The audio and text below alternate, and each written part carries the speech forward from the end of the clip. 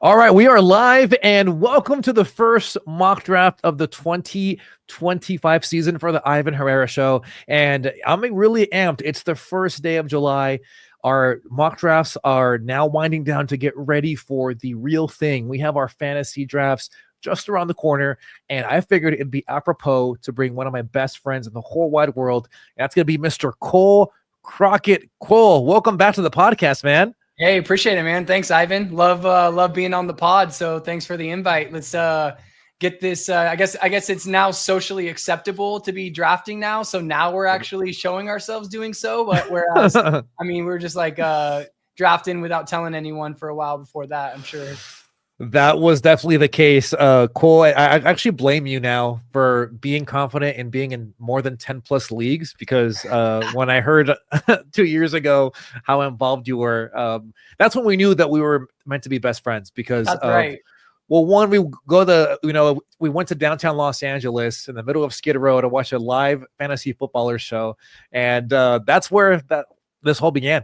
Yeah, well, I think it even bolsters the story a little bit, because the fact that both of us were supposed to be there with our friends or other people, and then you were just walking around by yourself, and I was like, Ivan, and I was by myself because I got ditched too, because no one, not many people are willing to go to Skid Row to watch a fantasy football podcast, but you and I were. So yeah, and that's where it all began. And shout out, I see Just Win, damn it, is here. He's actually one of the commissioners in the league that me and Cole are in. So very happy to have you guys here. So what's going to happen is that me and Cole have decided to do a mock draft. And the way that we're going to do it is we're going to be on two polar ends of the draft. Cole, because you are the guest, I'm going to give you first choice. Do you want to pick at the beginning of the draft, or do you want to pick at the tail end of it? I will pick from the end of the draft. So somewhere in the 10, 11, 12 area, wherever you think fit in that realm. Okay, let's go ahead. I'll go ahead and pick number 2, and then I'll have you pick number 11. So let's go ahead and open up that window right now. I'm going to open up our mock draft here and kick things off. If I can get it to present, and I shall do it right. All right, cool. There we go. Can you guys see that just fine? Yep. All right, cool. And then you are in already, right? Yeah, and I'll claim 11. All right, cool. So I'm going to claim number 2. And you know what? Without getting into it, let's just go ahead and start, man. Let's not progress this any longer. And here and again, I mean, go ahead. And the reason you picked 2 is because it's can be a tougher place to draft from. So absolutely. Yeah. And Cole, you're absolutely right. When you're picking over here in the top, especially, okay, actually, you know what? I forgot to go over what the format is. So we are doing a super flex, which means that you have a a third flex spot, but this one can actually allow you to have a quarterback. We're doing 2 running backs, 2 wide receivers. We are doing, of course, 2 quarterbacks, and then, of course, the 2 flex spots as well. And we are also going with a 8 bench spot. Usually they're deeper in your startup drafts, but we figured we don't want to take up too much of the podcast. We want to give you the meat and potatoes, which is typically these first few rounds. And then in the middle of the draft is when it can really make or break your team. So we're going to speak on strategy. And then what we'll do is for each pick, I'll have Cole kind of break down what he saw in his first pick as well as the pick after. And I'll do the same thing as well. That way we can kind of give thoughts as well as maybe even some insight as far as how we would typically construct a roster as we go. So with that, we see that Jaden Daniels was the first one to go in a super flex. Cole, it isn't too surprising considering that, of course, quarterbacks are a premium in this kind of format. Yep, exactly. I mean, Jaden, Josh Allen, Lamar, all going to go here pretty early on, I would guess. Yeah, and I actually picked the 103 this previous draft that we did together, but I'm going to go ahead, and I've never had Josh Allen before, so I'm going to see what my roster looks like going with Josh Allen, and then we'll let it play out from there. We see Lamar Jackson, Jalen Hurts, so a 4 straight quarterback selections there. Then we see Jamar Chase, Bijan Robinson, then we have our good buddy Jordan on the clock, and I've never been a big fan of taking a running back in a super flex startup in the first round. Cole, what are your thoughts on that kind of strategy? Well, it depends. Part of it's going to also play into how early you're drafting as well. I mean, I would think some of the later round this year with quarterback, I would say it's a little bit deeper. I mean, the league's kind of transformed a little bit to where, I mean, obviously very, late round QB style. I mean, that was as soon as that was, 10 years ago when the running quarterback was first emerging, and right after that. So, I mean, people were waiting on quarterback initially. And then as there started being running quarterbacks, that was kind of the cheat code. You could get them pretty late. And then now, I mean, that's kind of what also the NFL is doing. NFL wants dual threat quarterbacks. So there's just more of them to choose from. Also in a 2 running back, 2 wide receiver format. I think a lot of times you'll be doing a 2 running back, 3 wide receiver with the same amount of flexes. So obviously wide receiver gets a boost there. I think in a 2-2 and early on in the draft season would be the time to do it if you were going to do it, because as some of these quarterbacks that we'll talk about will pick up steam, as the season gets closer. So, you know what? I think what I'm going to do, so the pick before me, Brock Bowers, this is tight end premium, right? Or is it correct. Yeah, I forgot to. Yeah, I forgot to add that part on there. Yeah. So, in a tight end, was it or no? I don't remember actually. It is okay. So in a tight end premium, yeah, that's a great pick.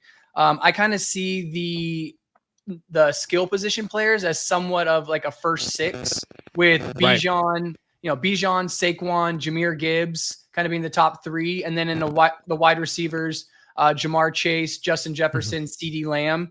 So kind of what we're talking about previously about quarterbacks, I'll take the approach of not drafting a quarterback here. And I'm going to go ahead and be deciding between CeeDee Lamb and Jahmyr Gibbs. And I think that I'm going to take CeeDee Lamb here with my pick.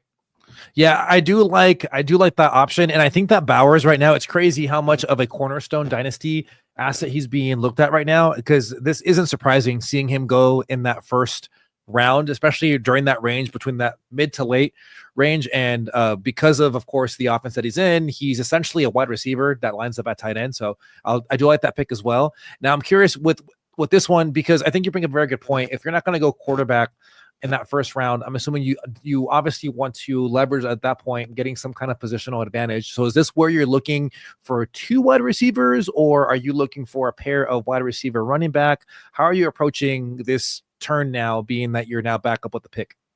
Well, I mean, this close to the turn, I would prefer to keep all my options open. So I think quarterback, running back would be kind of what I'm looking at. In a tight end premium, you could go. You could also take, you start to look at Trey McBride, but in this instance where we're kind of doing this to actually be able to glean some information and I'm going to try a later round quarterback and possibly even tight end strategy. So last pick, I said I was trying to decide between CeeDee Lamb and Jahmyr Gibbs. With Jahmyr Gibbs still on the board, I'm going to take him and kind of push this a little further for the exercise and see what the team looks like at the end. I'm doing it. I see Mahomes went at the 12, which I don't know what the computer is utilizing for scoring, quarterback scoring. Most leagues I play in are 4 point per touchdown pass, which that's what I'll be utilizing is 4 point per touchdown pass for what I'm doing. So again, that's kind of gives the nod to more of the running quarterbacks and that sort of thing. Whenever the throwing scores are, not quite at 4 versus 6. So we'll see how this plays out, but I'm assuming it's a 4 point per touchdown throw. Right, and I believe that is the default setting that Sleeper gives me. But I forgot to also add that does your strategy change a little bit because this is a 3rd round reversal? So essentially, what that means, guys, is that once the 3rd round kicks off, it's not going to kick off at the 301 being whoever had the 101. It's going to go all the way back to whoever had the 112, which in this case Cole would be the 2nd pick in the 3rd round. What does your strategy shift from going with the guy like Gibbs, or do you actually now feel more confident knowing that, hey, you know what, I'm not going to be too far away than I would have originally been in a traditional snake draft?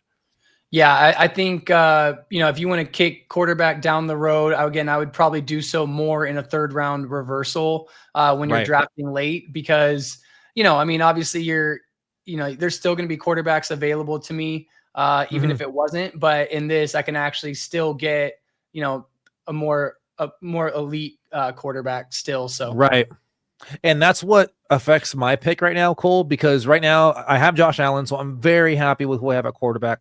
And when you look at who's next, you have Nico Collins, Justin Herbert, Bo Nix, Ladd McConkey. I could make the case of, man, well, I'm not going to get this turn that I would typically get here at the 302, but I do not want to also lose out on any kind of positional advantage, considering that this is a PPR league. We do have 2 wide receiver spots as well as 2 flex spots, which are essentially slots that typically belong to wide receivers in this case. So I do see that Nico Collins is there, and with the Tank Dell injury and what we expect to be a bounce back season for CJ Stroud, I'm going to go ahead and take Nico Collins here, and we will see what the rest of the. So then we see CPU 1 takes Justin Herbert to go along with Jaden Daniels, and then we're all the way back to you once again, seeing that Marvin Harrison Jr. has been off the board, and you are up for your 3rd round pick. Yeah, so I mean, I kind of think this, Ladd McConkey. I mean, I think the Nico Collins is kind of the last of that tier, depending on if you prefer Nico or Drake London, whoever kind of ends up there. But I think the Marvin Harrison, Ladd McConkey, that's a separate tier to me for sure. So I don't, I'm not really looking at wide receiver here. I really like Devon Achane this year. But again, this is kind of my opportunity to get a quarterback that I believe in. Right. And so for me, it kind of boils down to, the decision for me would be between Bo Nix and Drake May. And I thought that's who you're going to go with at first, whenever you were looking at Nico. I know in the back of your mind, Bo Nix was a possibility, but I want to be the guy that was beating the Drake May drum as early as possible. I think that everyone is going to be absolutely floored with where and how he does this year and where he ends up. I think he is going to be thought of as an elite option from here on out. And, so go buy the rookie cards on eBay, go, do all the things that you can do. But for me, I want to be attached to Drake May. Nice. And then, I forgot we do have Jordan here. So Jordan, shout out to him so far. He's going with a young, start to his team. So you see Malik Neighbors go, who again, probably the most talented skill position player. If you're looking to start your league with a young, promising asset, and then you have him pairing that pickup with Omarion Hampton. Now, if we're predicting here, Cole, I would lean, because you see that Bo Nix, and then you saw CJ Stroud go back-to-back picks, and you see him go with Devon Achane. I think he loved your advice as well as your breakdown on what you're expecting for Devon Achane this season. Yeah, I mean, Devon Achane, especially, it just keeps getting better and better for Achane, right? Even the Jonnu trade yesterday or this morning or whenever that was, it's just going to open up more things for Achane. I mean, with Mostert gone, I mean, the thing about Achane is you saw what he could do rushing the ball with his insane, and of course, he's not gonna be able to keep that yard per carry that he did his rookie year. And he's 7 yards per carry, 7.6 or something, I think. And then follows it up with a huge reception year also. So he has both things in his bag, and they're gonna use him. And so I mean, with a lot of that, I think, was a lost season for the Dolphins. I think they're going to be better, more, maybe not quite to where they were, prior to the whole Tua thing and the concussions, and that's still a fear. But I think Achane could put it all together, and we'd be talking about him in the same realm that, next season that we were with, maybe not, CMC quite, but somewhere in that Jahmyr Gibbs, CMC, where he has both the rushing and the pass catching. Sure. And then now as we see how the roster shapes up after we got Jordan getting Devon Achane, we see JSN, Bucky Irving, Breece Hall, and then we see AJ Brown, which now leads me to my 3rd round pick. And I'm very happy with what I'm seeing over here, Cole, as far as what skill position players are available. And one that I'm specifically looking at is actually Garrett Wilson. I know that it's so easy to associate just bad misfortunes when it comes to the Jets. Of course, the Aaron Rodgers thing was a failed experiment, but I think that Garrett Wilson is one of those skill position players that shows to be quarterback proof. I mean, he was balling with Tim Boyle and, of course, a broken offensive line. And I just think his target share, and as well as his age, I think we forget how young this guy is as well. And here's one thing I want to add as far as a nugget when I'm looking at how I strategize. I see that team 1, and of course, granted, this is a CPU, so for all we know, they could go for a 3rd quarterback, but ideally, this would be a real life fantasy player. And being that they already have their 2 quarterbacks, I would more than likely assume that they're not going to go with another quarterback within these next 2 picks. So with that, I would go for my second quarterback here, but I don't want to also overreach one. So I'm going to go ahead and be very happy and draft Garrett Wilson. Yeah, and I like the that a CPU lot. of There we go. So the CPU goes 2 straight wide receivers, which then leads me to my 4th pick. And again, I do see Kyler Murray there. I also see Baker Mayfield. And these guys are typically like the ideal, I guess, tear down. And this is more so specific if you already have, for example, AJ and Daniels, which you got him last year. And of course, if you did, he obviously panned out for you really well. But if you're looking to trade for more assets, like trade down, I think that Baker Mayfield as well as Kyler fit that bill really well. However, this is a tight end premium, and I'm very optimistic about what I see from Sam Laporta. But I know there's also some other. I think this is the season really that you can actually put a little bit on tight end, being that we still have some pretty good prospects that we'll go over later. So not that I'm fully tilting because I'm not sure what I want to do with Jordan Love, and I would love to get another young wide receiver. But I think Cole, I'm gonna just shake things up a little bit. I'm gonna go ahead and go with Sam Laporta. Okay. There you go. Tight end premium. Figured why not get the positional advantage there. And then we'll go ahead and see that we got Travion Henderson, Kyron Williams, Ted McMillan, Jonathan Taylor. So a string of running backs going there. Now we have Jordan going with his 3rd running back with Chase Brown. Then it goes with Jordan Love, Christian McCaffrey, Cam Ward. And now we're back to you, Cole. What are your thoughts here?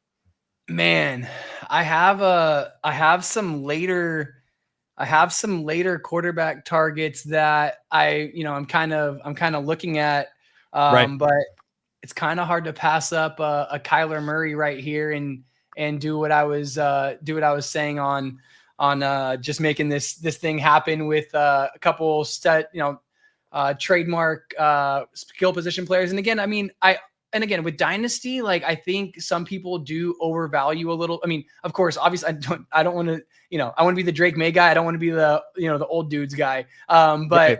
The idea is that you want to be competitive and try to win right away. You don't want to be, only taking the vets and all that stuff. There's Right. a nice blend, and that gives you an opportunity to kind of be looking at some other players later in the draft to kind of look at, and some up and coming players and that sort of thing. But I kind of weigh like a 3-year window kind of is what I'm doing. Right. So, that's why, I mean, I'm not big on running back early in dynasty drafts, but again, we're trying to do an exercise here to see how the teams end up. And, a young running back in Gibbs, obviously Lamb, not the youngest, but I mean, wide receivers play a long time. So he still has at least that many years left. And, through the waiver wire, through rookie picks, through that sort of thing, I'll continue to refresh the team and that sort of thing.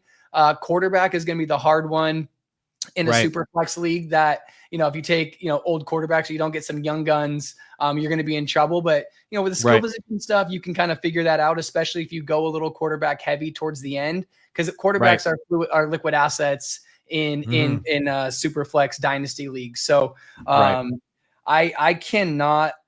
just cannot pass on Kyler Murray here. I do not think so. I think for the next 3, 4, 5 years, whatever it is, starting off my team with a couple quarterbacks that I really believe in, and running a Stedmark running back and wide receiver. I like how that starts.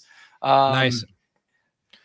As far as the last couple picks, I mean, obviously like both those players, but they're not with Higgins and Judkins, not necessarily people that I'm super high after in PPR leagues, in dynasty format. Of course, like I'm not saying I don't like Judkins. I think he's going to be in a non-super flex league. He's going to be the 105 somewhere in that realm. Let me look at this here real quick and see who we got. So, Jacobs would kind of be pushing the limit, I think, in age and just longevity. I mean, there's a lot of carries on those legs. Same thing with Derrick Henry here at the top of the suggested. Wide receiver. I mean, I think Rome is probably set to, make a little bit more noise than he has in the past. I think that Ben Johnson offense is something that is going to be really good for him. So what I'm going to do is Yep. I'm gonna go with Rome Odunze. Well, I was hoping you wouldn't go Rome. Not that I thought I he was just going to think come he's back to so me. young. I mean, you have to remember who he was as a prospect. I mean, that Marvin Harrison, Malik Neighbors, Rome Odunze last year, like the debate Right. pre-draft, post-draft, preseason. I mean, there was real reasons why those three were all being mentioned in the same breath. And Right. some of those things, we've had 1 year sample size. We've had 17 games. All right. Like that's not, you try to do any scientific method or, that's not a sample size for anything. Like 1 out of 17, Right. like, every single thing's 5.5% or whatever. Like that's not, Right. the sample size is still too small on those guys. And so if Malik Neighbors goes 106, and again, I like 107, whatever that is. I mean, I prefer Malik Neighbors, right? For sure. I prefer to Marvin Harrison second, but I mean, the gap in this sort of thing is not as large as I think people think it is potentially, and especially with Ben Johnson coming in and some real offense maybe. Right. And then for me, so after we saw you pick Rome Odunze, which I really love right there, we saw Josh Jacobs and James Cook go there back to back, and then we saw 3 straight quarterbacks off the board. 3, one of which I was really bummed. I was hoping that would come to me. That was Baker Mayfield, but we see Baker, Brock Purdy, JJ McCarthy. Then we see 2 straight wide receivers with Xavier Worthy, then Devontae Smith, and then we see Derrick Henry. And I went ahead and still took Trevor Lawrence, despite some of the reservations I may have. There's going to be a new regime there, so Doug Peterson no longer is there in Jacksonville. You obviously have the emergence of Brian Thomas Jr., who was even, which is crazy. He wasn't even in that conversation because of how overlooked he was because of Malik Neighbors being there at LSU. But BTJ, still someone that is someone that we didn't really go over, but he went in the second round, and rightfully so, the early part of the second round.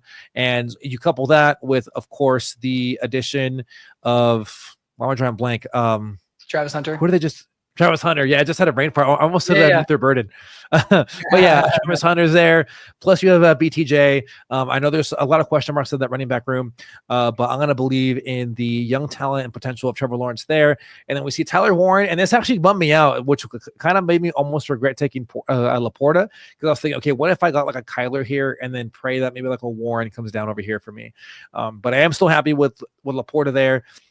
Could even have gotten there with the stack with Jared Goff, being that he is not too far away from the recommended. But I'm going to go ahead and, being that I was hoping to get myself, not Travis Hunter, get myself Harvey, I'm going to go ahead and go with Kenneth Walker. I know there's a lot of question marks about Zach Charbonnet, his involvement in that offense. And then, of course, you now have the departure of DK Metcalf, so we're expecting JSN to now take that next step going forward. But I still believe that Seattle's going to be a run-heavy offense that will utilize Kenneth Walker, and he should benefit with all that volume.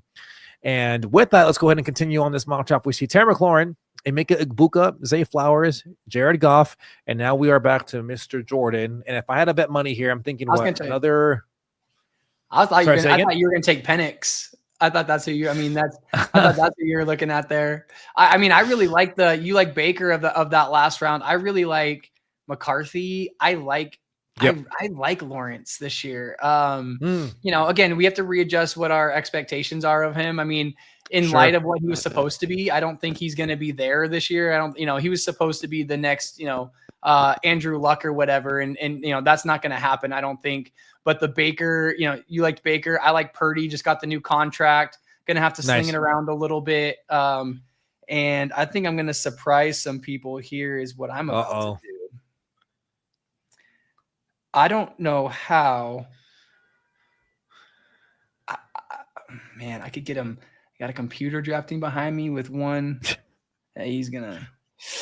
All right. I'm not going to surprise anybody here. In fact, I'm surprised because I cannot believe Sir George Kittle is available in the pick. Now I'm going to surprise some people. Okay, let's see. Took him in our Dynasty league that we're in, where we're drafting now. I think this dude is extremely underrated in a 4-quarterback league where I want rushing upside. Gonna have to scroll down a little bit because he's not going to make it back to me. Gonna have to scroll down just a hair, just a little hair or two. Bro, that's that for my 3rd quarterback, Justin Fields. So my quarterbacks are Drake May, Kyler Murray, Justin Fields. I really like that. Kittle, he'll play a couple more years at the super flex. And then, I went running back. I went wide receiver, running back to start with. So I really like that start. And I know there's some, ADP wise, obviously there's a couple quarterbacks ahead of Fields, Dak, okay, whatever. And Penix. Yeah, I think Penix is a good pick. I like Penix quite a bit, but I still think Fields is kind of above them for sure this year. And that contract, he can't get out. They're not going to get out of that contract for the next, for sure this year. And I don't think next year either. So I think he's going to be their quarterback for 2 years. Right. And you know what? You did preface something very importantly, very important. And that was when we're looking at building our rosters, you want to look at it through a 3-year outlook, right? And I think that Justin Fields will be at least a starter there for 2 seasons. And I think, that's a great pick. And also the same logic is applied there with George Kittle, because he also got his new contract in the offseason as well. So good pick up there. So then we see Jordan Addison go. Then we see TJ Hawkinson, Chris Olave. Then we see Mr. Jordan take Jameson Williams, Mike Evans, Michael Penix, who I was hoping would come to me over here. Just got sniped a few picks before mine. Then we see DK Metcalf. We see Tyreek Hill. And then now I'm back up. And what I'm looking at, so me and team 1 both have 2 quarterbacks. I love myself Bryce Young right here. And I'll just keep it not so complicated and go with my gut. I'm going to go Bryce Young here as my 3rd quarterback. Being very happy there. And praise the good Lord. Okay, it's so funny. I thought I was going to lose out on him because I went with quarterback and I thought that they were going to go wide receiver here. But I love me some Matthew Golden. I just love this kid. Love his talent. Love the situation there. I know it's a crowded wide receiver room there in Green Bay, but I think with all the injuries and the inconsistency we've seen, I am very happy taking him here in the 8th round as my 3rd wide receiver to be paired up with Nico Collins as well as Garrett Wilson. So I feel like I have some pretty good talent, some young ones. And of course, they fit that model that we were just talking about as far as 3-year outlook. And after that, we see Pacheco go. Then we see Luther Burden, Jalen Waddle. And then we see Jerry Jeudy. And then now we're up with Mr. Jordan, who's picking right now in his 8th round slot. And you know what? I actually wanted to take a little bit of a detour real quick and talk about Waddle. I actually think he is an overlooked asset that actually could really have a good bounce back year, considering that there's still question marks around Tyreek. What are your thoughts as far as Jalen Waddle goes this season? And yeah, I mean, I was hoping to be able to draft Jalen Waddle because it's the same exact conversation that we were having with Achan. The thing about fantasy football is, again, small sample size, right? But like range of outcomes are vast, right? So a lot of the same things you can say about Achan, you can say about Waddle, who's flashed early on in his career. I think the Dolphins season last season was kind of a wash. And there is there is a world where Tyreek Hill, like once a player's yards per route run after the age 30 season start to come down, they rarely go back up. Now, I still believe in Tyreek Hill. I think he's a different beast. And I think they just kind of, he's emotional. I mean, I don't know that once they threw the season out, I kind of think that he kind of did the same thing with it, not having Tua there, and the whole offense looked messed up. But the Waddle thing, I mean, it's definitely on the board. And I know same thing with the Jonnu leaving. I mean, it's just going to open up a lot of targets for all of those guys. And that's exactly why I like Jalen Waddle as well. You have now Jonnu Smith, who obviously emerged last year really late. Now those targets are going to be vacated. And of course, we're expecting a bounce back year, hopefully a very healthy year for Tua, someone that I know has been struggling with those concussions. So we're praying that he'll have a good season. And that, of course, will bode well for all those skill position players such as Achan, Tyreek, as well as Waddle. So after we see the Jerry Jeudy pick, we see Tua Tagovailoa, then we see Kincaid, Montgomery, Scadaboo. And then now we're up to you, Mr. Cole, which, of course, we already went over. But let's go ahead and pull up your roster. We can see it actually right over here. And you have yourself here a pretty interesting dilemma because you already have 3 quarterbacks. Yep. You do have 2 wide receivers. Are you now looking at your 2nd running back here? No, not yet. I mean, the thing about having Jahmyr Gibbs there is kind of an insurance that, you don't have to spend up at running back moving forward. I mean, you're loading up backups on the bench. You're loading up 2B, 1A, 1Bs on the bench. I definitely have some thoughts there that we'll touch on. You end up with 3 or 4 of those guys on your bench. And like you mentioned, I mean, in a real dynasty startup, the bench is going to be much larger. So you're going to have even more lotto tickets. So, I mean, I'm just hoping things break the right way. Again, range of outcomes sort of thing. So, I mean, I once I have Jahmyr Gibbs there, I'm not really looking at running back again, unless they're just a screaming value to me. I like that. I got a couple ideas here. I'm looking mostly wide receiver, and like we talked about, if you don't go quarterback early, you can always like I did in this tier with May, Murray, and Fields. I'll probably add one, especially if there was a larger bench. I'd be adding another, potentialities and some flyers there also. And again, those assets are liquid. If I need to fill in and Gibbs goes down and then I am exposed at running back, I have cash essentially to spend with quarterback to get some of the position players that I want. So I'm looking at wide receiver here. Couple names that I'm considering are Jaden Higgins. I have the person that I think I'm going to pick next. It's a computer, so he's not listening. I really like Jaden Reed. I think he could come back and if he's, again, it's kind of the opposite bet you're making with Golden, right? Where Jaden Reed's been the one, he's been highly drafted. They drafted Golden, but that doesn't necessarily mean too much is going on for sure. He's still a rookie with Christian Watson out. I mean, it's kind of plays well. If they didn't draft Golden, Jaden Reed would be going much, much higher. And we have to see that role is for Golden. So there's definitely upside there for Golden, but it could shake out, a couple different ways. And what round are we in here? We are in the 8th round. The tail end of the 8th round. We're not talking much here. So I'm going to go Jaden Higgins. I think opposite of Nico Collins, I think that's going to be someone that, he's going to be on the field in 2 wide receiver sets. I mean, his statistics were awesome, in college even. And I think there's a lot more upside there too. And I do think Stroud bounces back. I don't think it goes quite to his rookie year, but I do think that he bounces back to some degree for sure. So, I'm gonna keep playing the upside game while there's wide receivers that have that wide receiver 1 on their team upside.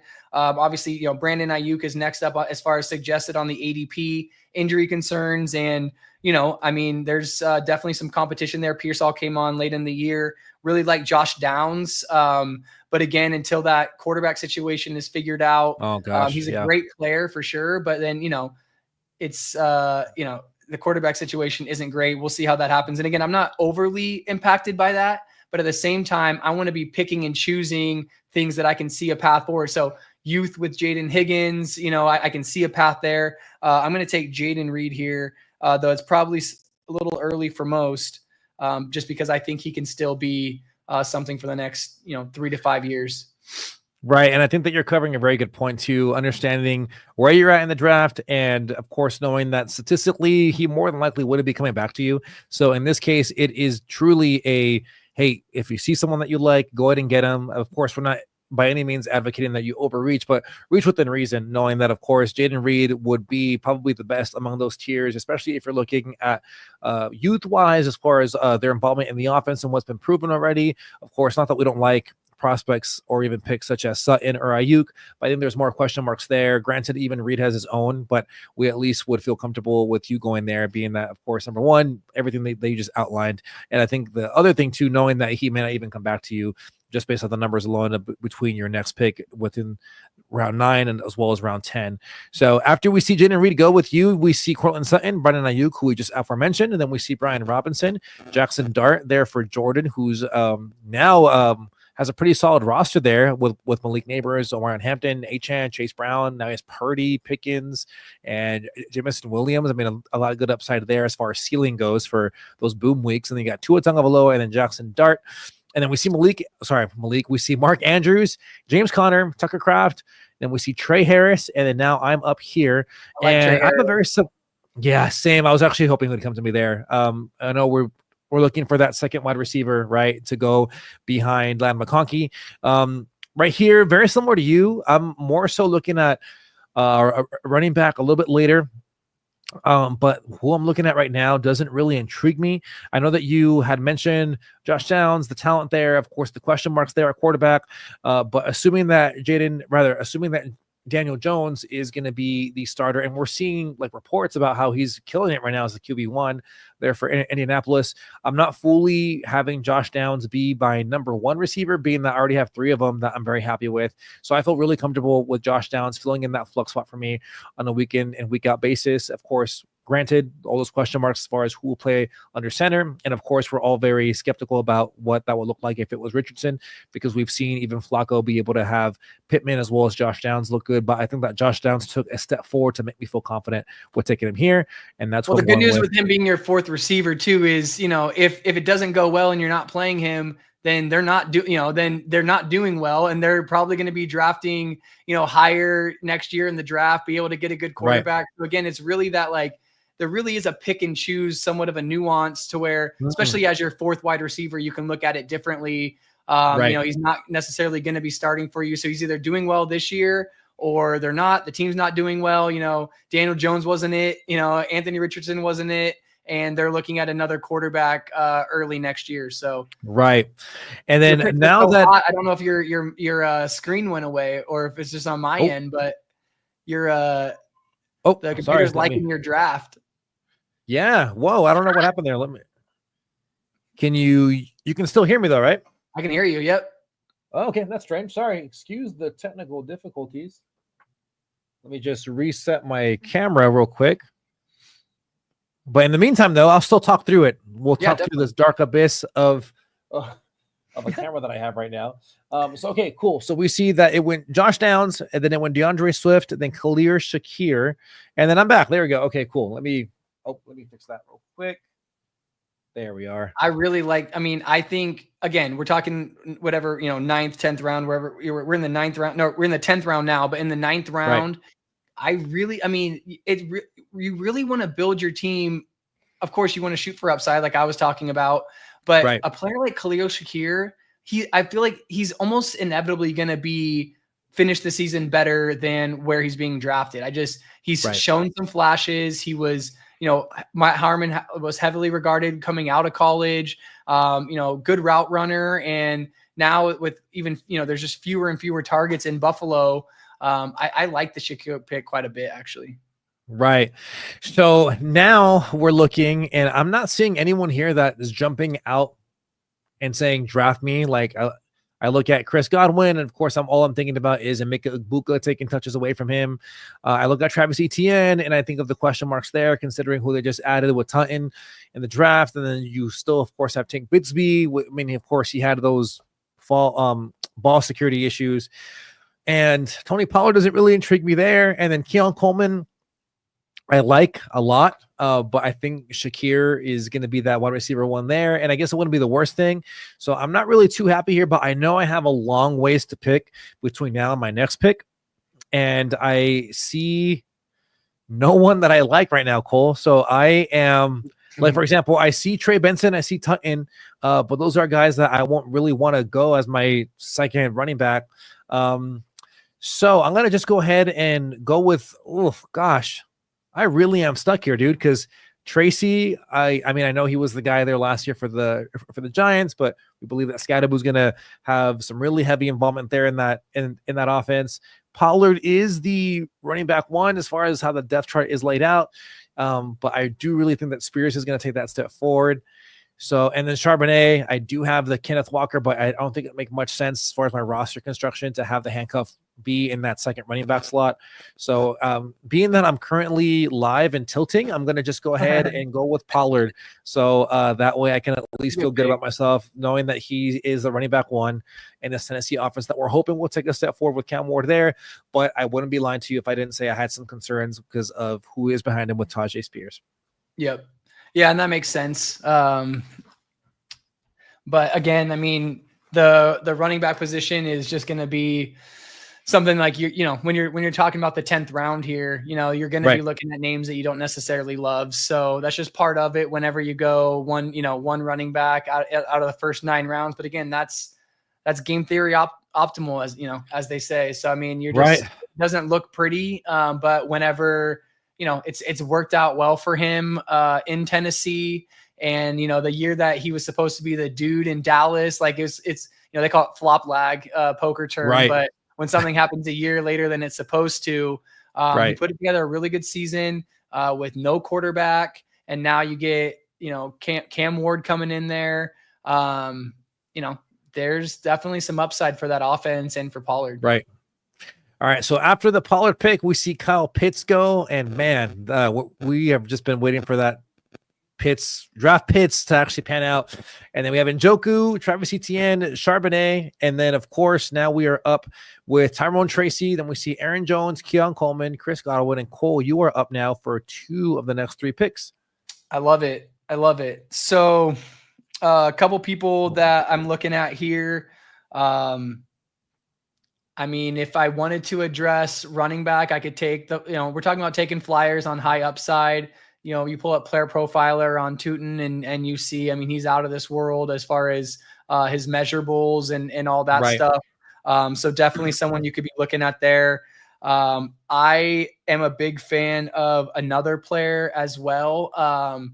And I might just take him here just to also be attached to it. I mean, also the quarterbacks are, I mean, there's actually quite a few for where we're at in the draft. Right. And again, anytime that you're not sure in a dynasty startup, kind of where to go, or, you're kind of in between tiers on skill position players and tight end, you could draft this, you could do worse than to draft a Sam Darnold here. Right. He's going to be the starter and he's looked good at times. And the Seahawks, we paid him a lot of money, and he has quite the weaponry this year. So, if you weren't sure on who to draft, you could definitely do something like that. You could do worse than to do that. But I think what I'm going to do, I think the player that I want to talk about next is going to make it back to me. So I'm going to go ahead and take me some Tootin here. Really? I was just talking to him about how come on, man. All right. That's why I knew I should have said it out loud. After that, we see Betchko, then we see Travis Kelce. And now we're back to you again for what I'm sure will be another snipe of a pick for you. And actually, it's funny too. In our real draft, you actually did snipe me a few times there. I don't think I'm sniping anybody with this guy yet. I think that as maybe next year I'll be having to fight for this guy here. But again, I mean, staying true to what I've been saying. I mean, again, this Drake May is gonna be a problem for people. And Diggs is getting older. I really, really like Kyle Williams. I know it's nice. not, I think if you were going to be looking, I have a solid roster here. I could be looking at Calvin Ridley's so old. He's way older than I thought he was. He always seems so young. He's already 30. Right. Nuts. And I just think, the youth rookie here. I just think Kyle Williams being attached to Drake May is going to mean a lot more moving forward. And that's what you're looking at. It's like stocks or whatever else, you're trying to, look at who's more valuable than where they're currently going. And I think this guy attached to Drake May is someone that people are going to be recognizing real soon. Nice. Yeah. And, Kyle Williams produced really well in college. One of the few rare wide receivers that had a 5-year collegiate career when he was there in college. And yeah, of course, someone that's going to be attached to May, who you already have. And after that, we see Jonnu Smith, Michael Pittman Jr., Isaiah Likely, and then we have Jordan. Let me actually move the mock draft a little bit down here so we can see the next few picks. So as you can see, this isn't really what a mock. Well, I mean, for all we know, some startups could have the bench spots like this as far as being a little shallow, but for the most part, they are pretty deep rosters. So especially if there's like defense and tight end. Like if defense and kickers, if your league has defense and kickers, this would be a fair representation potentially of, what your actual roster and bench for skill position players would look like. Right. So we have 4 picks left, rather. Yeah. 4 picks left after this round, after Jordan makes his pick. And then what we'll do is we'll do a side-by-side of comparing who we drafted, and then we'll just quickly go over and we'll just discuss, to make it fun, we'll probably just break down each other's rosters. I'll probably, go into some players I like from yours as far as your build, and then you can do the same for mine. So, okay, we see Trey Benson. Oh, my gosh. See, I shouldn't say these names out loud because that's what I wanted next to was Trey Benson. I love Benson as a prospect. Of course, I think that Connor still has a role within this offense for this year, but I think Benson, best case scenario, takes over the role this year, but will definitely be someone that will be utilized because, I mean, he had a slow start last year as a rookie, but we saw some glimpses that make you feel optimistic that he can be that guy there for Arizona, paired up with Kyler Warren. So we see Jacoby Myers go, then Sam Darnold, Calvin Ridley, who you just mentioned, Deebo Samuel. And I don't know if you've been seeing the footage of Deebo Samuel, but he has not looked impressive one bit. in these OTAs and these videos I'm seeing on X and stuff. Truly doing him a huge disservice with just posting, like, just keep the guy out of Yeah. the Well, he's already mentioned, being overweight last year. And, there's a lot of same thing we talked about before with some of the early running backs that go in these dynasty startups, like, the Josh right, Jacobs and stuff like that. There's a lot of miles on those legs. And, right. he's not someone that comes off as, overly serious. He, came out and said all the things that he was doing wrong beforehand and came in out of shape, and then he's doing it again. So it's kind of like, I still think he has the skill, but it takes a lot more of the mental side as well in the NFL. Absolutely. And now at this point of the draft, we're like now looking for, and you said this term perfectly well too, a few rounds back, we're talking about lotto picks. Now at this point, I'm just looking for like swings at the fence, to put a baseball term in there. And I'm looking at, like, of course you see here, A-Rich, Gino, Stafford. Then you see someone like Juwan Jennings. I think that Najee Harris, even with Omarion Hampton there, will have some kind of role there. I mean, we saw what Los Angeles was able to do last year with J.K. Dobbins. So I don't think that you do the signing with Harris without there being some kind of expectation for him to be utilized. But I do like my, I do see other prospects there that I like.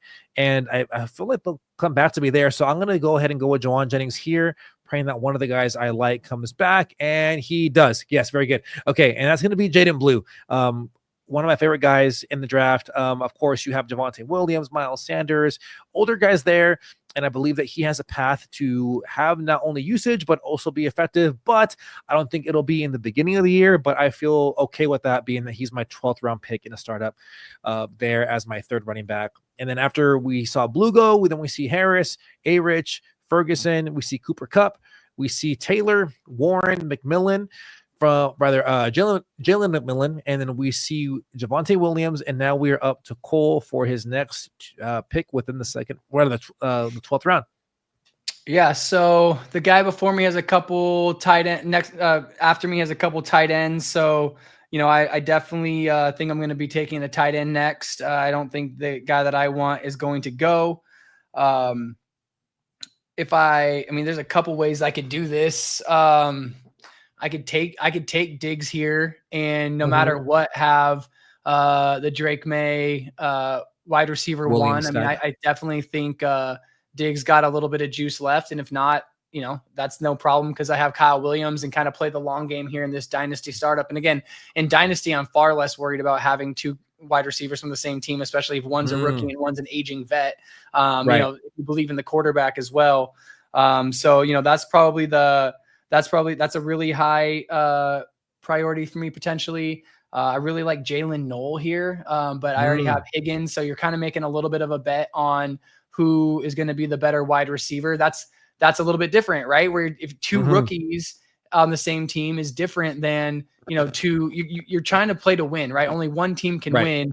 And so you have to take your shots, and, you let the board dictate what your overall thesis is, and your team should tell a story, just like in best ball. And so if Jaden Higgins is who I drafted him to be, then Noel probably isn't going to be what he could be also. You can't have both, high end range of outcomes necessarily. If it can happen, but it's very, very rare, especially whenever you're talking about the 2 and 3 wide receiver on a team. So I'm going to go ahead and take Stephon Diggs. My running back position, my wide receiver position, having, Rome as my running back, my wide receiver 2 isn't the best feeling. I know I have number 1 locked up, but in a PPR, I want to be very, very wide receiver heavy. And, going with the way that I did, especially in a super flex where I drafted 3, mid-range quarterbacks, I want to bolster my wide receiver position. And then I'm going to go ahead and take a tight end here. I have Kittle for the next year, 2, 3, whatever it is. And then I think this guy right here, and this, I love this about, this is what I wanted to mention earlier, is you can't replace quarterback and you can't replace wide receiver late in the draft, because you can get a wide receiver 3, whatever, you can get a backup quarterback, whatever, they can't help you. Running back and tight end are kind of what you can kind of wait on, because then that's the lottos that I'm taking in these sort of things. It's like, not even just like, oh, pick some lotto picks that might do well, but like specifically I'm taking a lotto picks on running back and tight end. And so Terrence Ferguson is someone that I'm Nice. very high on. You know, that McVay system, you know, they made Higbee look okay, you know, like they Right. drafted him for a reason. They lose Cooper Kupp. You know, they bring in Adams, but again, I mean, we're talking about a rookie tight end here. So Right. we're talking, you know, I have my starting tight end already. So I'm looking like more to the future whenever those, you know, some of those players are aged out. Right. Good stuff there. Okay. Now we see that it went Marvin Mims, Pat Fryermuth, and we see Mason, Mooney, Noel, who you mentioned a few rounds ago. Then we see Samson, Bigsby, Rashad White. And then now we are up to my next pick here. And you know what? I'm happy with the depth I have at quarterback. If you pull up my roster, I have already 2 running backs. I have one that I'm really happy with as far as who can be a lottery pick. And I'm looking at a wide receiver. You see Shaheed, K. Otton too as a second tight end would be good. So yeah, I mean, being that he's attached to that Baker Mayfield offense. So I'm going to go ahead and make it short and simple and go with K. Otton there to pair up with Sam Laporta. Then we see Shaheed, Garendo, and then now my second to last pick. I'm going to go ahead and go with someone who I liked a lot, someone that did really well last year as well, who really came out in that Baltimore offense, and that's going to be Rashad Bateman. Granted, one could say touchdown dependent, but I like him there, being that he did also sign a brand new contract, so I do expect some usage and hopefully a potential effective player for that offense as well as for this Dynasty startup team. Very nice. And then now we're going to wait on Jordan. We see Dallas Goedert, Ray Davis, Neal, Jalen Wright, and we shall see where he goes next. And if we just pull up his roster, let me see, where is Mr. Jordan? Okay, cool. So Jordan, if you see right over here on your screen, we see he has Brock Purdy, Omarion Hampton, Devon Achane, Malik Neighbors, George Pickens, Mason Taylor, Chase Brown, Jamison Williams, Tua Tagovailoa, Jackson Dart, Tyrone Tracy, Trey Benson, and went with Darnell Mooney. Good pick there for his. Wait, is this? Little, you know, he's more running back heavy now. Probably, I mean, probably looking at, he's got 3 quarterbacks. He only has 1 tight end, right? So probably tight Right. end or wide receiver potentially. Right. We'll see what he does. I have some monkeys coming in right now. Hey, monkey! That's the best. Yeah, they just got home. I from swear I'm not grandma's trying house. to. Yeah. Oh yeah. There you go. And then I have my other monkey. Oh, I'll have a cranky one. The world's gonna look at my cranky baby right now. Ooh. Oh no! I totally just got double sniped. I mean, Braylon Allen was, you know, a big preference for me here with, you know, obviously that quarterback coaching staff came in saying, you know, to dislike Breece Hall, which lots of people do. I actually still like Breece Hall to some degree at cost, or, you know, somewhat after. But, you know, the part of the reason against Breece Hall is the Braylon Allen situation and what the quarterbacks have, or what the coaches have said on, you know, utilizing more. Hello. Say hi. Utilizing more, you know, everyone having to work for the playing time in that offense. Hi. She hears your voice now. Oh, okay. Oh, yeah. Got it. Yeah, you had your headphones in, huh? How's it going? Going to grandma's house? Yeah. It was good. Yeah. And then Dobbins. I mean, Dobbins still being 26. I mean, obviously Harvey. I'm a big I'll be right over there, okay? Harvey guy also. I'd love to see that. But you know, with Dobbins, he seemed to just be indestructible. Like gets hurt all the time, comes back way early. So I really thought I was going to be able to get Braylon Allen or J.K. Dobbins there, but since I did not, I actually only had 2 players really selected. To be looking at. Again, like I said, well, if this were a real dynasty league, I would probably take potentially take a Geno or a Stafford, just because a lot of these teams to be this late and only have this many quarterbacks gone and this many still available. You can kind of play a little bit of keep away if this was a real dynasty league. And you know, some of these teams are going to be quarterback needy, before too long for sure. I'm going to go ahead and look at running back like I talked about. And this, I know who I'm going to take now. Probably take a couple back-to-back potentially here. Have quite a few Wide receivers, feel pretty good about that. Have a good quarterback room. Would potentially take more quarterbacks if they're a real dynasty league. If the room was waiting so long on them. Gino here with who's finished above. I think he was a top 6 in points per game or something like that, or over the season. And then even Stafford, I don't know how much longer he'll be playing, but I'm going to go with a prospect that I really like in an offense that's going to run the heck out of the ball. And DJ Giddens. Nice.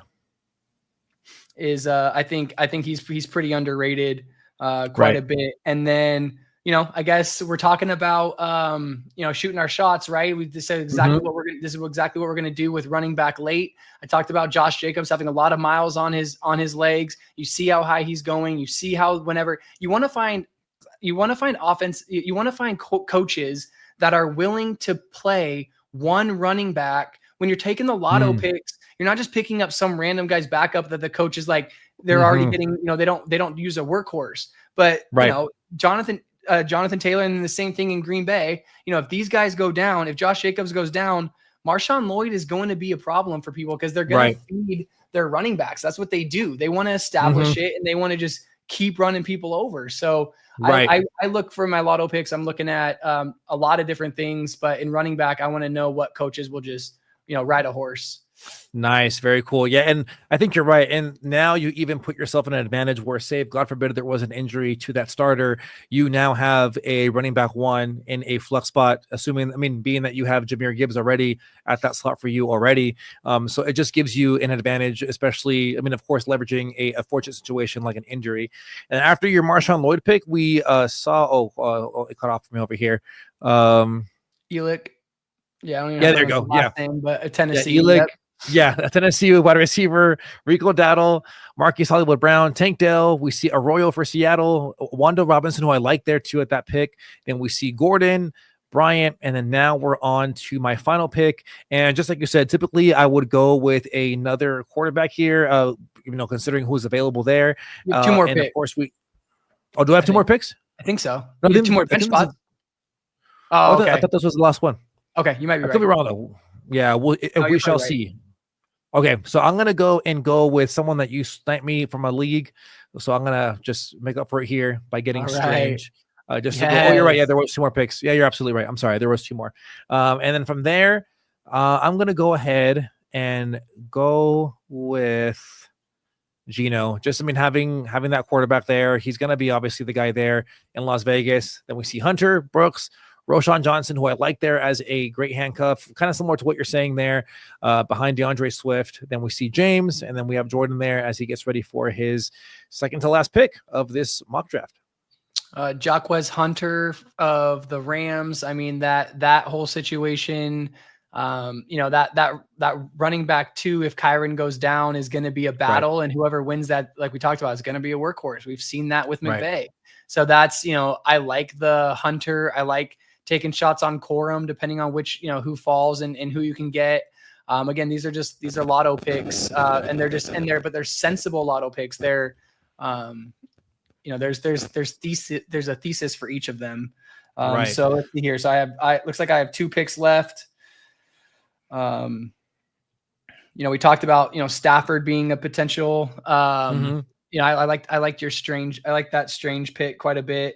In a dynasty startup here, I like Adonai Mitchell. He's someone that I think he could pop. Again, has a quarterback issue, but this would be a fine place to take him because, like we talked about, they have the issue now. But Pittman getting older, and then you have a good quarterback come in, and Downs and Mitchell would be the future as the 1 and 2. So I think I'm going to go ahead and take Adonai Mitchell as someone that I would like to have on my team. Good pick there. And then we see Jerome Ford, Matthew Stafford, and now you are up for your final pick of this mock draft. Yeah. So kind of the same thing that we're talking about, the later rounds. You can wait on tight end, you can wait on running back, and kind of fill those things later. Check out the Harold Fannin player profile. This is someone that honestly could have immediate value. Joe Flacco's there and currently is the potentially the favorite to start the season as the starting quarterback. And either that whole situation crumbles, they don't have any really high draft picks there at quarterback. So it's kind of the Indianapolis situation. I already have Kittle. And so I really like Harold Fannin of the Cleveland Browns at tight end. Nice. Good pick. After the Fanning pick, we got Milroe. How do you say this guy's name from the New Orleans? Shuck. Okay. Yeah. Okay. And then we see Shador Sanders at the 17.5. Mr. Jordan's going to take his final pick here. And yeah, as we get ready at this point, we're just looking for guys that are going to be those lottery picks, guys that are going to at least be fillers that you can utilize on a bye-week basis, but someone that would at least be a boom player that could go off with a high ceiling. And that obviously is shown with someone like a Mitchell. We went over like with your pick 2 with Lloyd, and that's what I'm hoping for. Guys like Bateman to maybe catch a touchdown, being that they were so touchdown dependent last year. And now we have Ilyasovas, Christian Kirk, Russell Wilson, Romeo Doubs, Sanders, tight end out of the Carolina Panthers. And then for my final pick, I'm looking for another tight end here. I'm not too happy with who's remaining. When I look at the running backs, there isn't anyone there that jumps out, that says draft me, other than maybe like an Estime behind a RJ Harvey, but you also have J.K. Dobbins there. Wide receivers, the recommended, you have Demarion Douglas, Roman Wilson.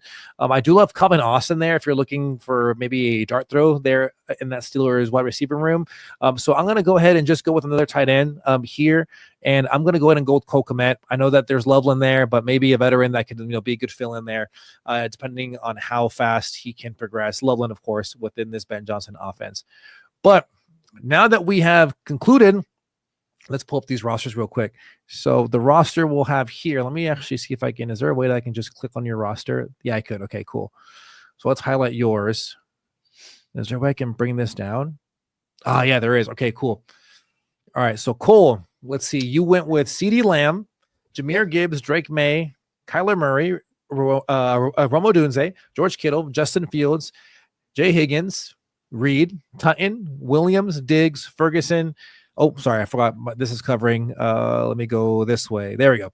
Giddens, Lloyd, Mitchell, and Fanning. And I love the depth here. Of course, number one, beginning with your quarterbacks. You went with the down tier there, skipping on quarterback with your first 2 picks, but you got elite wide receiver as well as running back depth. And this is a PPR league, which is where Gibbs is going to be a huge advantage for you there. So I do like that. I also like Rome Odunze, and just like you, I believe in that breakout in year 3. So, and then I also love Justin Fields there. He's that cheat code, being that he has the ability to be a mobile quarterback, can get you that upside. And from there, bro, like I'm a big fan of Tutton, someone who I love as a prospect. You mentioned it, before as well. Player profiler, his card just screams athletic freak, someone that can really be effective in that Jacksonville offense, assuming that he takes over that role in the middle of the season. And then I love that Ferguson pick as well, someone who I'm typically targeting, especially in a tight end premium league as well, late in drafts. And then we saw Lloyd, I think, a great handcuff, and Fanning as well, who could be in a good spot there, assuming that all bodes well there for that passing offense with Kevin Stefanski with the Browns. Yeah, and I think the main thing here is, again, you want to stack the assets that you can't replace, right? You can't replace quarterback easily, right? And so the running back is a little bit of like a few flyers, and let me give the viewers a free extra, if this was a deeper bench, a couple extra flyers that you could be looking at. It's going to be very difficult for a Saquon Barkley to repeat what he did last year. I don't think it's ever happened before, anything like that. So, deep sleeper could be looking at Will Shipley, who they give the ball to late in games, and someone that, again, you want to find an offense that they're going to feed the running back. That's a good one to do it. Taj Brooks of Cincinnati. I mean, with Chase Brown, he kind of emerged late. Wasn't someone that I don't think they expected to necessarily play that role, and someone that could come up. But, just more players like that. Even Brashad Smith of Kansas City is someone that's worth looking at as a flyer if on a deeper bench. I do like that too. And then when we're just quickly scanning Jordan's team, you can see he went really heavy with running back, which is a strategy that I typically haven't seen, but I do like how his team shaped up. You got Malik Neighbors, Amon Hampton, Devon Achan. I mean, you're talking about high ceiling there with Achan and with Neighbors. And then you went steady there with his quarterbacks with Brock Purdy, Tua Tagovailoa, who we're hoping and praying has a healthy season and one that will also be productive for the Dolphins. And then you also have George Pickens, a strong wide receiver too. I mean, of course, he's there with Dallas, so he'll be behind CeeDee Lamb there. Jamison Williams, that's where I think is the weakest part of his team, is the wide receivers. Of course, you have Malik Neighbors there leading the front there, but you're more so now praying for boom weeks for these guys. But he does also make up for it, being that he has very strong stability there with his two running backs. And I do love that Trey Benson pickup there. And then you can see here, of course, going for more of a safe veteran approach there with Mooney, Tillman, who we expect will have a better role there because, of course, now Amari Cooper's gone. And then you have Ilyasovas, someone that I always associate with you because you put me on him last year as well. And then I'll go ahead and have you break down my roster. Go ahead and read them out. Yeah, sounds good. Go ahead and move the screens back where they were. Sir. Obviously, a stud in Josh Allen, wide receiver 1, and then kind of playing a little bit of hot potato at the quarterback 2, which makes a lot of sense. Kind of similar to that I was doing with running back. When you have someone like Jahmyr Gibbs at running back or someone like Josh Allen at quarterback, you can kind of wait a little bit to get that second, in this case, a super flex spot.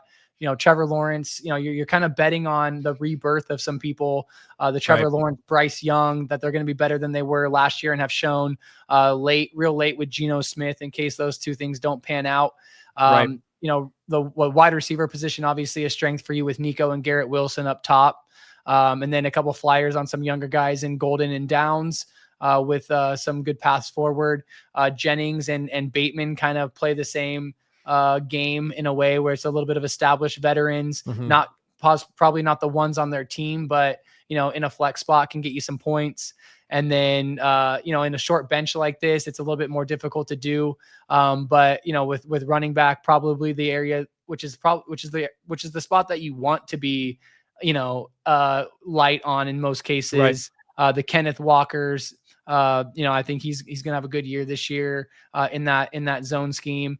Tony Pollard, Jaden Blue, and then if on a deeper bench, take some more flyers of some of the people we talked about, and then in a tight end premium here with Laporta, obviously a stud, Otten, Strange, and Komet, some younger guys and at tight end. So yeah, I mean I really like that team as well. You have some depth at some of the irreplaceable positions, and you're light on the most replaceable. Right. And you know what? This was, of course, this was our first one, so a little bit of a rust there, but still a lot of fun, good pieces that we were able to give you guys as far as strategy goes. Jordan, also shout out for you being a part of it. And thank you also for making it to the very end, Cole. Always appreciate you being on. This is not going to be our only mock draft. We're going to do some different ones as well. Be able to do different strategies, maybe even switch it up a bit, where maybe we even tag team just one team together and see how we would go from there. But if you guys got value in this video, do me a solid, hit the like button, be sure to subscribe. And as always, thank you for tuning in, and we will see you guys in the next one. Peace. And